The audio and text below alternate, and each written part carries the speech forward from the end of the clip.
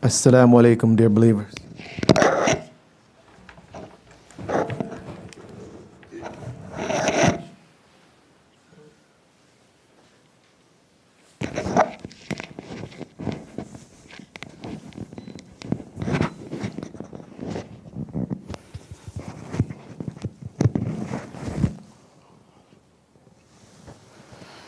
Allahu Akbar, Allahu Akbar.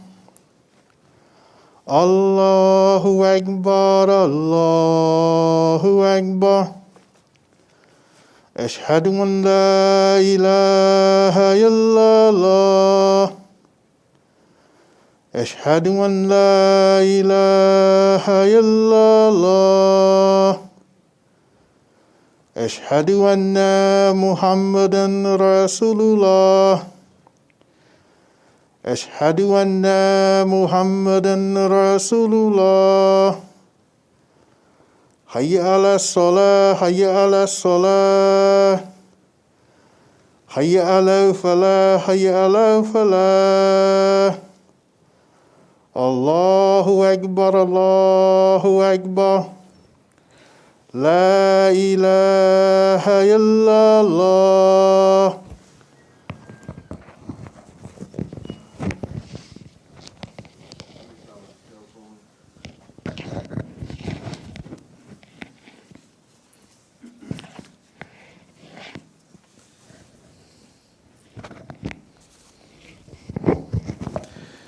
أعوذ بالله من الشيطان الرجيم بسم الله الرحمن الرحيم إن الحمد لله نستعينه نستغفره يؤمن به وأجله أشهد أن لا إله إلا الله وحده لا شريك له وأشهد أن محمدا عبده ورسوله صلى الله عليه وسلم وعلى أهله وعلى أجمعين أما بعد أيها المسلمون. We always seek refuge with Allah and reject the enemy Shaitan, with Allah's name, the merciful benefactor, the merciful redeemer. We seek his help, his assistance, mighty and sublime is he.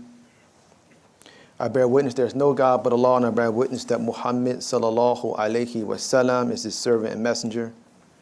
May the prayers and peace be upon him, upon his companions, his family, and righteous all, and upon you, dear believers. We greet you. Assalamu alaikum wa rahmatullahi wa barakatuh. Thank Allah for blessing us to be present for another day of Jumu'ah. Best time for us to be together, whether we're virtual or in person, to hear the Quran and to be reminded of our obligation as Muslim. We want to begin by just thanking the community for their thoughts and prayers for the passing of my father-in-law, Brother Lamar Hassan, who was a pioneer in the community for many years. And we appreciate and we felt the du'as as we were completing his rites. Ameen. Keeping with our theme from last week, the believing men and the believing women, our theme today will be not equal is evil and good. Not equal is evil and good. Allah tells us in the Quran, he says, Surah Ma'idah, it says, Kul لا يستوي خبيث وطيب ولو أعجبك كثير الخبيث فاتقوا الله أولو الألباب لعلكم تفلحون. It says, say, not equal is the bad, akhabithu, and the good, wa tayyibun. And even if the bad dazzles thee or amazes thee, so fear Allah, O Allah, O people of understanding, that you may prosper. It says, not equal are the things that are bad and the things that are good, even though the abundance that you see may dazzle thee. So fear Allah, that you may have understanding and prosper. Another translation says, say, O Muhammad, not equal are the al-khabith, all that is bad in regards to deeds, beliefs, persons, and food, and at-tayyib, all that is good regarding deeds, beliefs, persons, and food, even though the abundance of the bad may please thee. So fear Allah, O man of understanding. And this is a powerful ayah that Allah gives us as a command to our Prophet, peace and blessing be upon him, first, but next to us. Because if he's commanding the Prophet, peace and blessing be upon him, to say this, then this is something that we must say. The Quran is a book that should not just be recited and kept in masajids and at home. The message in the Quran has to get out to the world. It's not for Muslim. The Quran is for all of humanity. So we have a kind of an obligation to find a way to get the message from what's on the pages, what's on our hearts, out to the public. And with regard to this, there's a hadith where the Prophet, peace and blessing be upon him, was asked. A man came to him and asked and said, "O Muhammad, my job is trading wine. And if I spend all of thy proceeds in the way of Allah, will that be accepted?" The Prophet is reported to have responded by telling the man that his wealth would not benefit him even if he spent it in jihad and pilgrimage. So he's telling him that, yes, you may think that you're doing good and you're mixing in something that's haram, wine, but all the wealth that you give when it's mixed with bad does no benefit for us. So we must look at this. And let's look closer at it. Allah says, Kul la yastawi, not equal, not the same. Al-khabith, the bad. Wa tayyib, the good. But when you look at the Quranic language, dear believers, and we got to remember the Quran was recited first. There was no book when the Quran was being revealed to the Prophet that the people would read. They would hear the Quran. The Quran would come to them, and it was in their language. So it would some things that were said would spark them. It would change them. It's some reports where just the way the Quran was recited, people wanted to give Shahada right on the moment. That powerful. Today we would think of some of our famous rappers as being very influential, or poets or spoken word. But the Quranic language is much stronger than that. So in this ayat Allah gives us, he gives us two levels of intensity at the very beginning. He says, Kul and la. He intensifies the speech to the Prophet. And why do you intensify speech? You intensify speech because you want to get the attention of the audience. We're the audience. Just to give you an example, and we shared this before, if someone is coming in the masjid, and we say, "Brother, kid in the masjid," that person would say, "Wait a second, why are you talking to me like this?" Or that sister would say, "Wow, why the excitement?"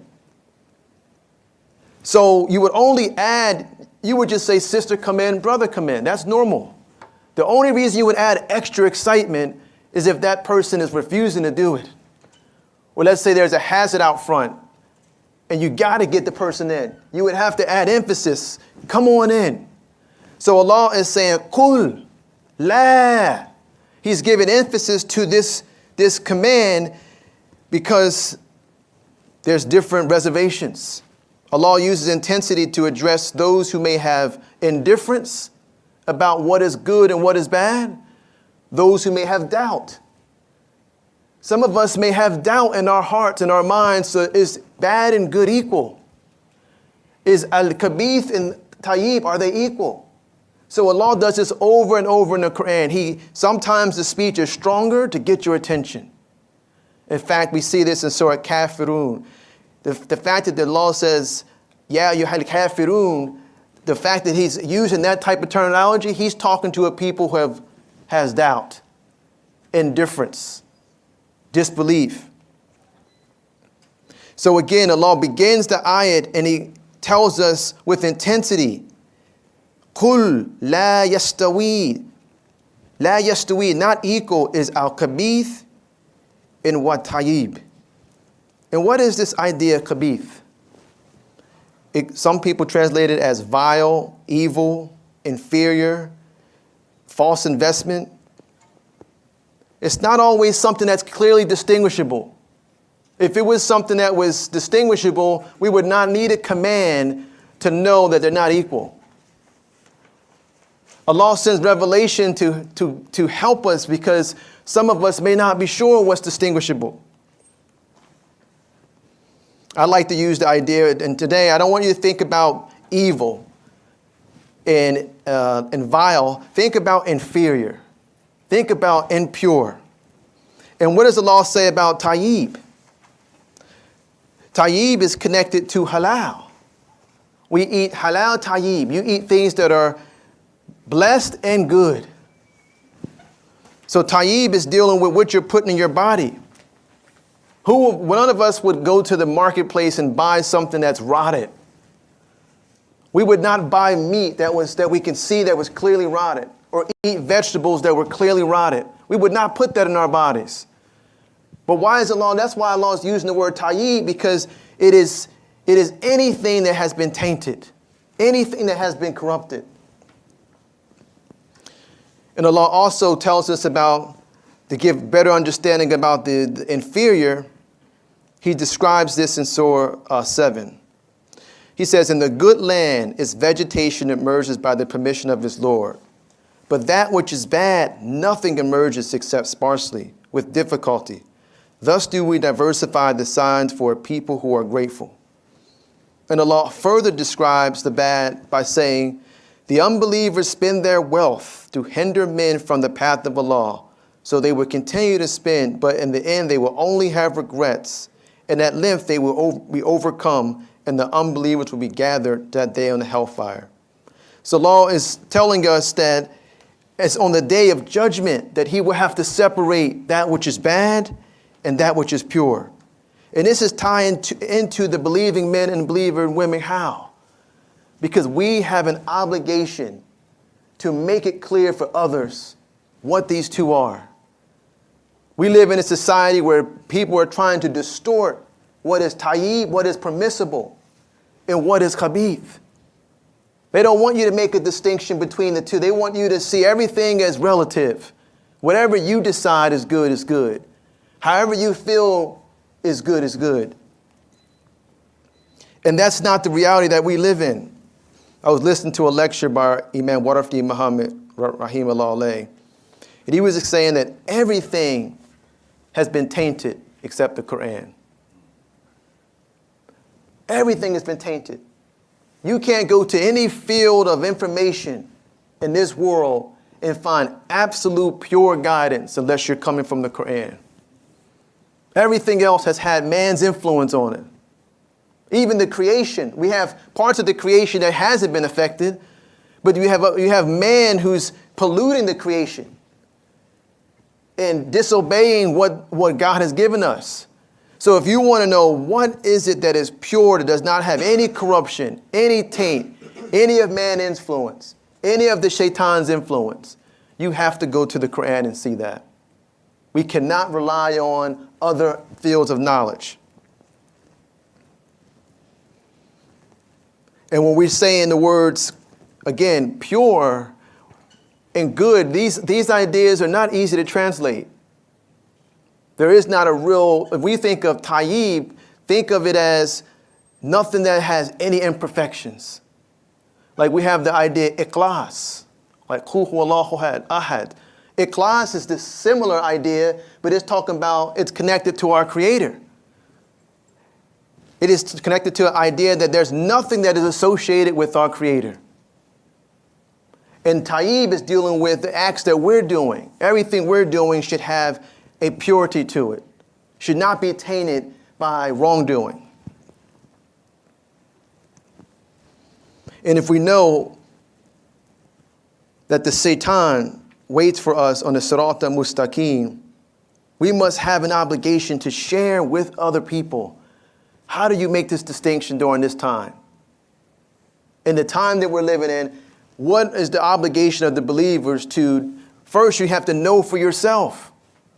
You can't, this is not something, we can't live in a world where we just guess. I'm going to do business and just guess how to do business. I'm going to engage in politics and just guess. Or I'm going to rely on the rules of engagement that are out there. Why is that? Why can't we do that? Because Al-Islam is the perfect way of life for us. Al-Islam connects us to The day of judgment. Everything we do is connected to a final reality. Yawmul Qiyamah. And we say it in our prayers. Maliki Yawmiddin. That is a governing principle that the rest of the world does not have. Do you think we would have the confusion in the world that we have today if people understood that every action they do will be judged at the end? They don't have that belief. Most people compartmentalize faith life into an hour on Sunday. That's just Sunday worship. The rest of the week is the rest of the week. That's just Sabbath day. The rest of the week is the rest of the week. As Muslims, we have a complete way of life. And dear believers, the people in this world, would love to know what Al-Islam really is. Their hearts are yearning for it. People, there's so much confusion. We have to make the distinction between what is tayyib and what is khabith. I'll give you an example. There's a trend amongst younger people now where they're gravitating back to astrology and buying crystals, and everybody has a crystal that they're trying to buy and thinking it's going to do something more. That's not the way. It's not equal to believe in Allah as As-Samad and to go out and get a crystal and think that that crystal is going to bring you some type of extra luck or feeling. Those two are not equal. We have to call that out. We have those who, I was talking to a younger brother about Islam, and he was asking me, is it acceptable to still have belief in African ancestry and calling on your parents? I said, no, Islam doesn't have anything like that. We have a belief that Allah is one, Ahad. We don't need any other tradition that calls on anything like that. It's a purity in Islam. You just had to tell the person straight up that, hey, we don't have that belief. But we have a duty to get this message out because people would really love to know what Al-Islam really is. They can't express it. They can't say, hey, I would love to join the Muslim community and have the Quran, and they can't express it that way. But there's something that's bothering the human soul in today's life. The human soul is not able to get the sense of peace and satisfaction that it needs because it's not in submission to the Creator. Al-Islam is the perfect complement for the human soul. We call it's a good life. And in this time, we must play more offense than defense. What do we mean by offense? We can point out all the different areas of life that we disagree with, but there's a time now to promote what is beautiful about our religion, what makes us different than the rest of the world. Why is Islam the best way of life?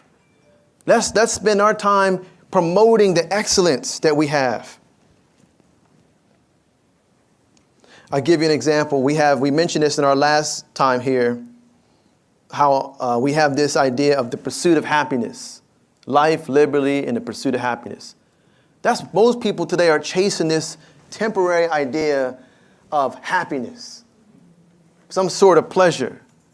And it's a continuous cycle. From the moment you wake up, you're looking for a sense of gratification in the food, and the money, and the power, and the sex, all this stuff, and it's temporary.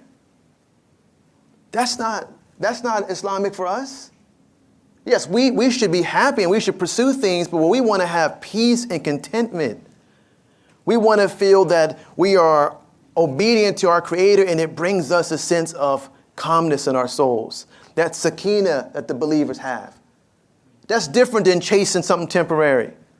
We don't wake up just looking for this temporary idea of happiness. We want contentment. And you get that through submission, through your service, through your works.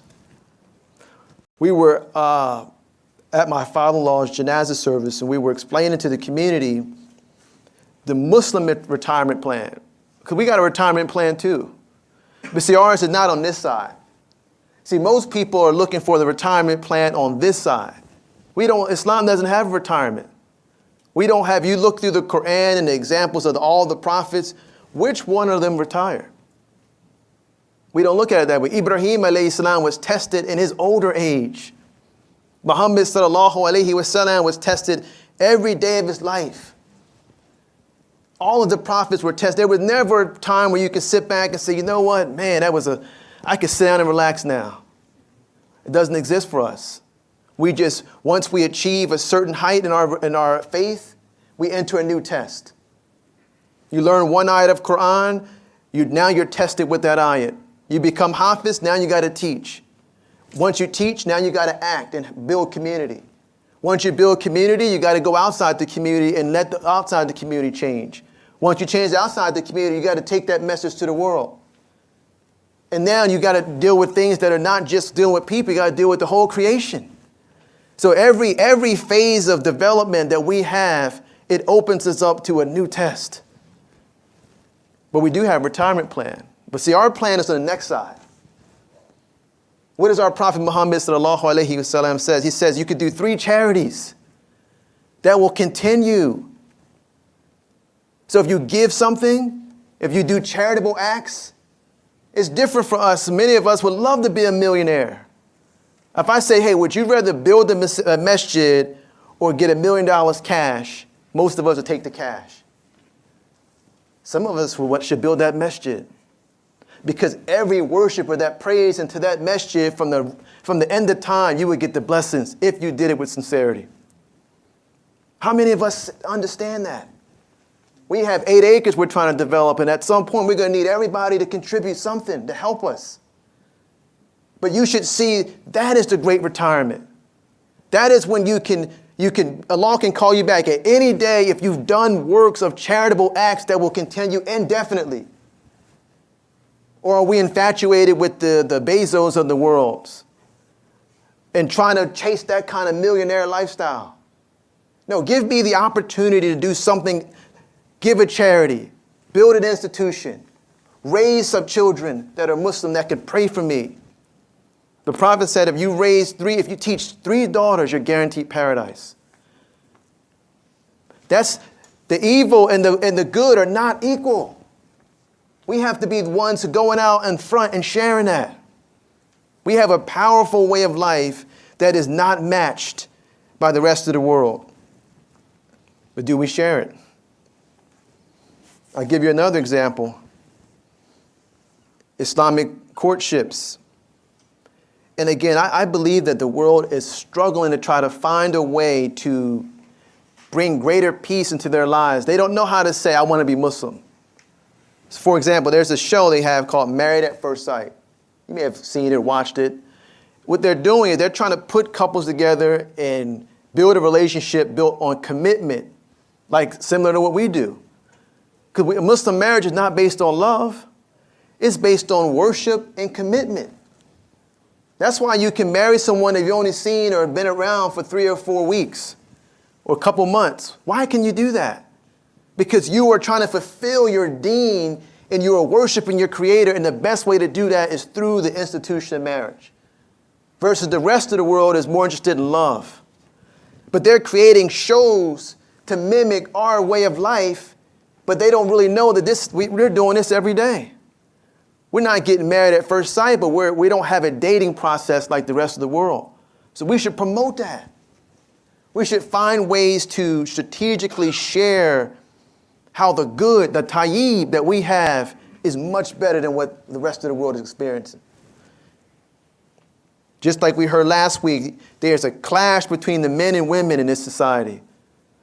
Who's right, who's wrong?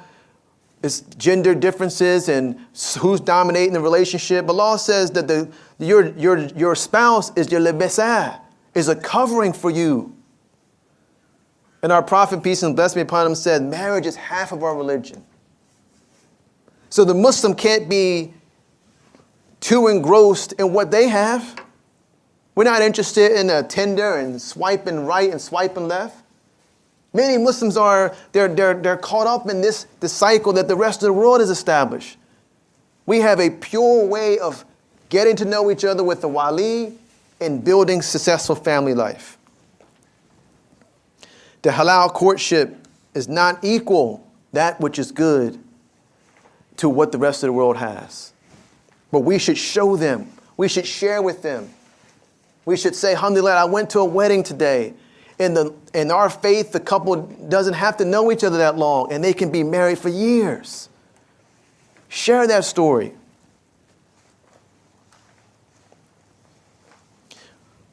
We have a political system that is challenged with just being able to be fair and transparent. You know how hard it is for today's politicians in our society to just say what they actually said before. Stand up for what's right. We have to remind them that Islam is different than that. As a Muslim, I can't say something today and when I get elected, totally change everything for power.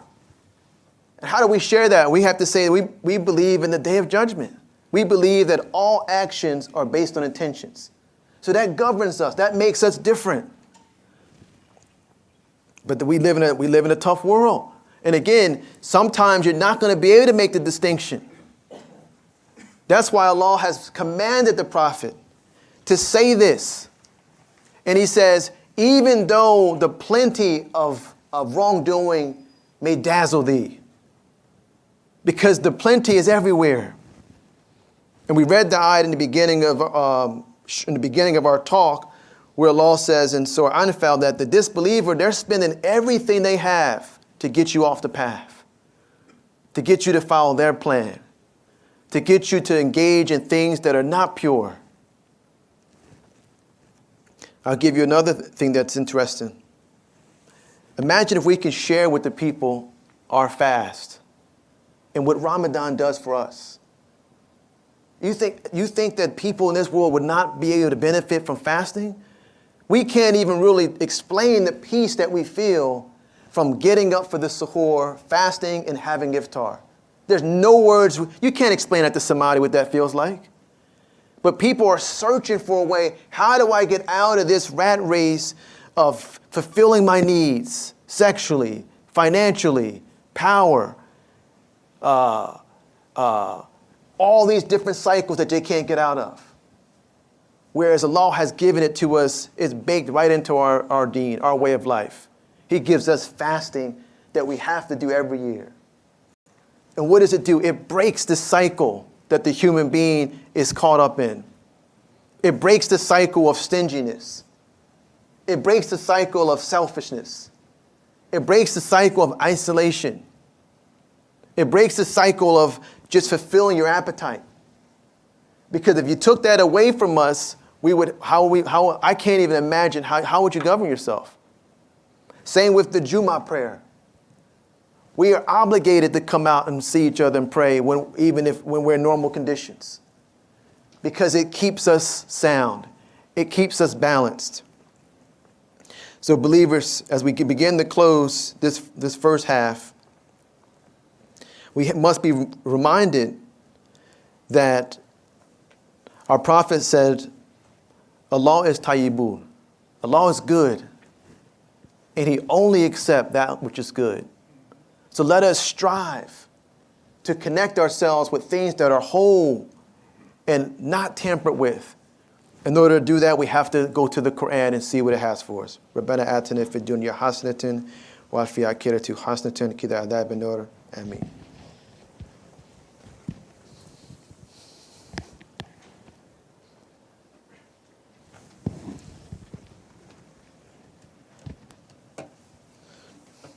Bismillah ar-Rahman ar-Rahim, alhamdulillah, rabbil alameen. Our theme today, dear believers, is not equal are the wrong and the right. And we've been thinking about this ayah for several months actually, because there's so much confusion when we look at the world. And we try to reconcile what our priorities are versus what is being fed to us. But the only thing we can do, dear believers, is one, we have to stick to the Quran. Stick to reading it and praying that Allah show us how we should live, how we should see things. Because again, we have to know that we live in a society. We don't live in an ideal Muslim world. We live in a society today that is doing everything it can to keep you on their program of spending and doing all these different things, working. They make you're working so much that you don't even have time to come out and build your masjid, build community life. How are you going to do the charities that's going to help you in the next life if all you're doing is working and working and working? What are we working for? What are we saving for? What are we spending our lives doing? So the first thing we all must do is continue to go to the book of God that has no corruption. It's pure. And see, what is Allah teaching us? How is He teaching us? What are the words and the ideas and concepts? Even in the verse He gave us, He's adding emphasis because He knows, what is He addressing? He's addressing a people that may not know the distinction, that may be dazzled. You may say, you know what, I want to be rich tomorrow. I'm going to invest my entire savings in Bitcoin and see what happens. Hey, you got to still have taqwa. You still have to be, the law says in that ayah, you got to have taqwa, and you got to be those of the first understanding, ulu albab. We talked about that last time, those who are telling the humanity their name. We have to be the one to help people understand how do you invest in a halal way. Not them telling us to join their program. We have to be the ones that tell people what is a relationship like. What is the best example of a relationship? Not them telling us what it is. We have the best example. In the business life, we have to tell them, how do you have business? You know, you have some people doing business, they'll charge you 30% for a car. That's riba. That's exorbitant. That is not equal to being fair and balanced. So we have a duty to help them do that. And we have to continue to invest in studying the life of our Prophet Muhammad sallallahu alaihi wasallam. These are daily challenges. And those in the African American community, we're a new community here studying the Quran. We haven't had the Quran 50 years. We haven't been studying the life of the Prophet, peace and blessing be upon him, 50 years. We're the newest people to the Muslim community. So we have to put a greater emphasis and we have a greater opportunity to come to clear understanding.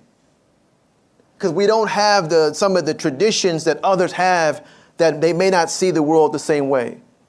We can open up the Quran, look at an issue, and be able to try to give direction without feeling like you have to default back to what was said before. And this is important because the world is changing second by second. They have this issue of voting rights happening. Serious issue. We have a simple solution in the Quran to that. Allah says you have to deal with just. Even if it's against your own soul, you can't disproportionately affect other people for power.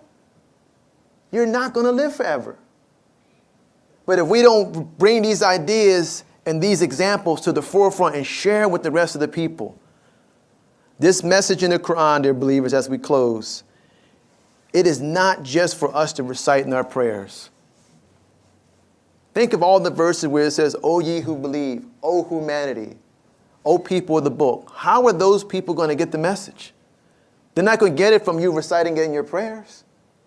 They're going to get that message, O you people of the book, do this, this, and this, when we take that message to the people of the book. So believers, my admonishment to you and myself is to, one, pray that Allah gives us a sincere heart, keeps our hearts guided, so that our hearts aren't deviated. Because if the heart is sound, if you can keep your heart sound, you have a greater opportunity to have actions that are with the right intentions, the right niyyah. Because our Prophet, peace and blessing be upon him, said, actions are judged by intention. And you get what you intend for. Ameen. Rabbana atina fi dunya hasanatin wa fi akhirati hasanatin qina adhaban nar. Ameen. Oh Allah, grant us the best in this life, the best in the next life, and save us from the punishment of the hellfire. Ameen. Aqimus salat.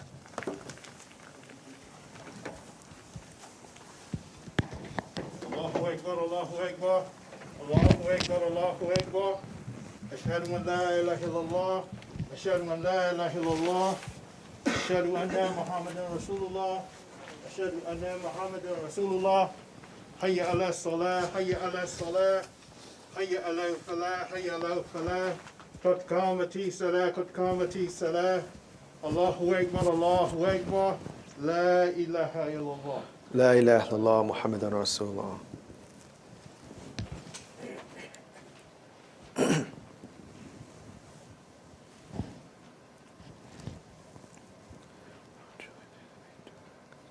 الله أكبر. بسم الله الرحمن الرحيم. الحمد لله رب العالمين الرحمن الرحيم مالك يوم الدين إياك نعبد وإياك نستعين اهدنا الصراط المستقيم صراط الذين أنعمت عليهم غير المغضوب عليهم ولا الضالين آمين. الله لا إله إلا حي قيوم لا تأخذه سنة ولا نوم له ما في السماوات وما في الأرض من ذا الذين يشفاه عنده إلا بإذنه يعلم ما بين أيديهم وما خلفهم ولا يحيطون بشيء من علمه إلا بما شاء وسع كرسيه السماوات والأرض ولا يعوده حفظهما وهو علي عظيم. الله أكبر.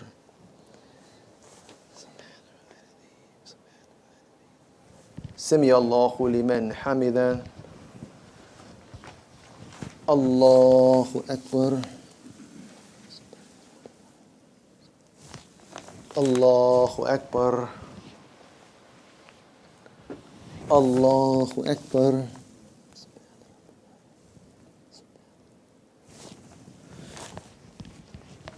الله أكبر. بسم الله الرحمن الرحيم الحمد لله رب العالمين الرحمن الرحيم مالك يوم الدين إياك نعبد وإياك نستعين اهدنا الصراط المستقيم صراط الذين أنعمت عليهم غير المغضوب عليهم ولا الضالين آمين. قل هو الله أحد الله الصمد لم يلد ولم يولد ولم يكن له كفوا أحد. الله أكبر. سمع الله لمن حمده. الله أكبر. الله أكبر. الله أكبر.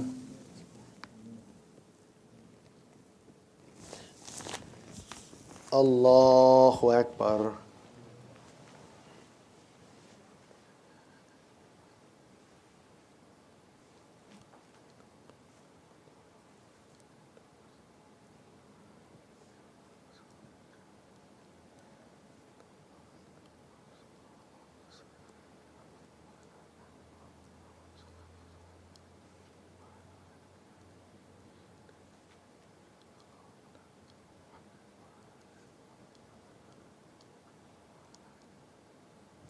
السلام عليكم ورحمة الله.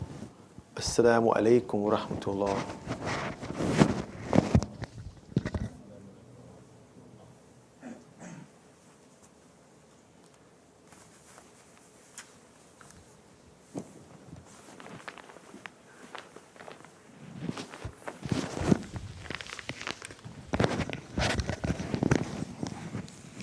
Assalamu alaikum. Give us a few minutes for the announcements. Please continue to make dua for those who are sick or in need. We have had several of our members contract COVID-19 over the past few weeks. A special dua is requested for the soul of Barbara Woods Lloyd, older sister of Brother Adil Salim. Miss Lloyd passed Wednesday evening. As a temporary measure to proactively protect the members of the Masjid, we will restrict the number of people allowed to enter the Masjid for Jumu'ah prayer to 30 including the khatib, the person running the cameras for Zoom, YouTube, and security. All of the people will have to sit in provided chairs outside or remain in their cars and listen over the internet. People who are not vaccinated will not be allowed inside the Masjid for Jumu'ah. Please see your email or the flyers provided to get more information. Free COVID testing will be provided on the Masjid grounds for 10 a.m. to 5 p.m. Thursday through Sunday until further notice. If you have not been vaccinated, we encourage you to at least get tested regularly. Please continue to make your zakat and sadaqah payments via the website www.masjid-Ash-Shaheed.org, with our links to pay via PayPal or Cash App. You can also pay by phone by calling 704-488-1434. Our brothers meeting tomorrow following Fajr prayer, with Mecca meeting immediately thereafter. Service will meet tomorrow at 11 a.m. Tafsir discussion tomorrow at 2 p.m. Talim on Sunday at 12:30 p.m.